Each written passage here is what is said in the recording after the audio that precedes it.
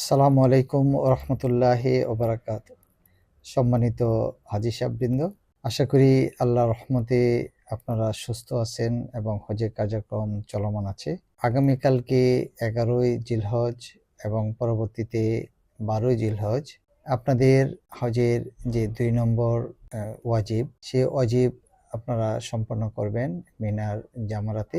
এবং কুরবানি যেহেতু সরকারিভাবে হয়ে যাবে, তারপর আপনারা মাথা মুন্ডন অথবা মস্তরাদের মহিলাদের চুলের অগ্রভাগের 1 গেরা পরিমাণ কেটে আপনারা হালাল হবেন, এহরাম মুক্ত হবেন। তারপরে যারা আরও 13ই জিলহজ অতিরিক্ত হুজুরের সুন্নত পালন করতে চান, তারা মিনার তাঁবুতে অবস্থান করে আবার 3টি জামারায় ক্রমে ছোট, মধ্যম এবং বড় জামারাতে 7, 7, 7, 21টি পাথর নিক্ষেপ করে আপনারা মক্কাতুল মুকাররমায় চলে আসবেন। এভাবে আপনাদের হজের কার্যক্রম প্রায় সমাপ্ত হবে।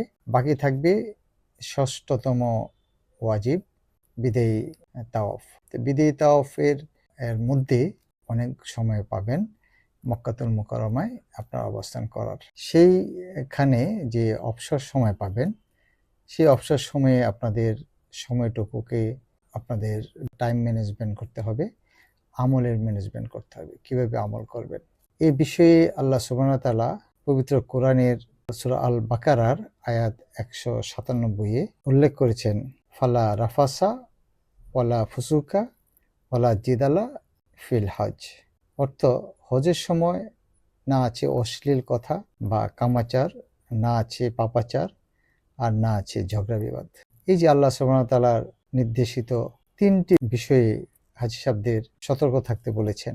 হজ পরবর্তীতে এই 3টি বিষয়ের উপরেই শয়তান হাজী সাহেব, যে পাপ মুক্ত নিষ্পাপ হাজী সাহেবদের ঘাড়ে চেপে বসে। প্রথমেই আল্লাহ সুবহানাহু ওয়া তাআলা যে শব্দটি বলেছে রাফাসা, অর্থ হলো অশ্লীল কথা, স্ত্রী সহবাস, কামনা বাসনামূলক আলোচনা বা আচরণ।